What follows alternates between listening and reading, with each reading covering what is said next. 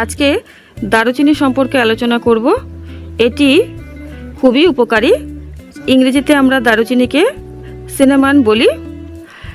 দারুচিনিতে আছে প্রচুর পরিমাণে মিনারেলস, অ্যান্টিঅক্সিডেন্টস এবং অল্প পরিমাণে ক্যালোরি।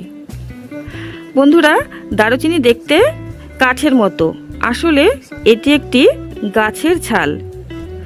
দারুচিনি সাধারণত দু প্রকারের হয়ে থাকে। এক ধরনের দারুচিনি শ্রীলঙ্কাতে জন্মায়, আর এক ধরনের ভারতে, দক্ষিণ ভারতে জন্মাতে দেখতে পাওয়া যায়।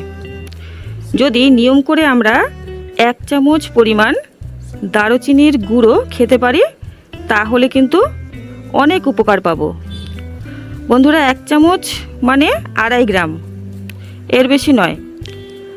এই দারুচিনি খেলে আমাদের হজম শক্তি বৃদ্ধি পায়, অ্যাসিডিটি দূর করে থাকে দারুচিনি। এছাড়া হার্ট প্রবলেমকেও কিন্তু দূর করে। হার্টকে যদি সুস্থ রাখতে চান, তাহলে দারুচিনি অবশ্যই খেতে হবে। এছাড়া ডায়াবেটিস রোগীদের পক্ষে এটি খুবই উপকারী। বন্ধুরা, দারুচিনিতে আছে প্রচুর পরিমাণে অ্যান্টিফাঙ্গাল প্রপার্টিস। যে কোনো ধরনের ফাঙ্গাল ইনফেকশনকে এটি সারিয়ে থাকে। দারুচিনি আমরা বিভিন্ন রকমভাবে খেতে পারি।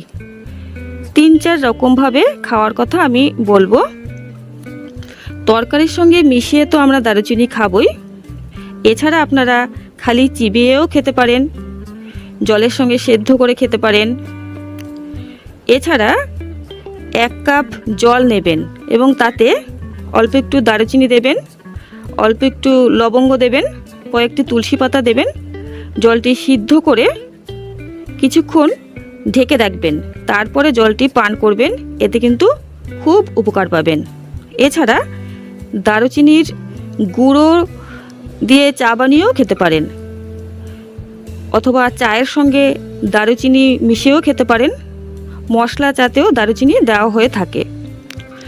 বন্ধুরা, তবে প্রত্যেক দিন দারুচিনি 2 থেকে 3 গ্রাম খাবেন, তার বেশি খাবেন না।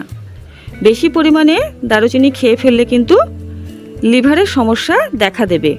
বিশেষ করে ভারতে যেই দারুচিনি জন্মায়, সেটি বেশি পরিমাণে খেলে খুবই ক্ষতি করে থাকে লিভারের।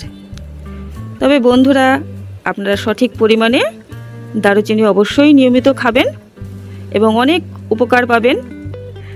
আজকে এই পর্যন্তই। নমস্কার। ভালো লাগলে আমার চ্যানেলটিকে অবশ্যই সাবস্ক্রাইব করে রাখবেন এবং ভিডিওটিকে অবশ্যই লাইক করবেন।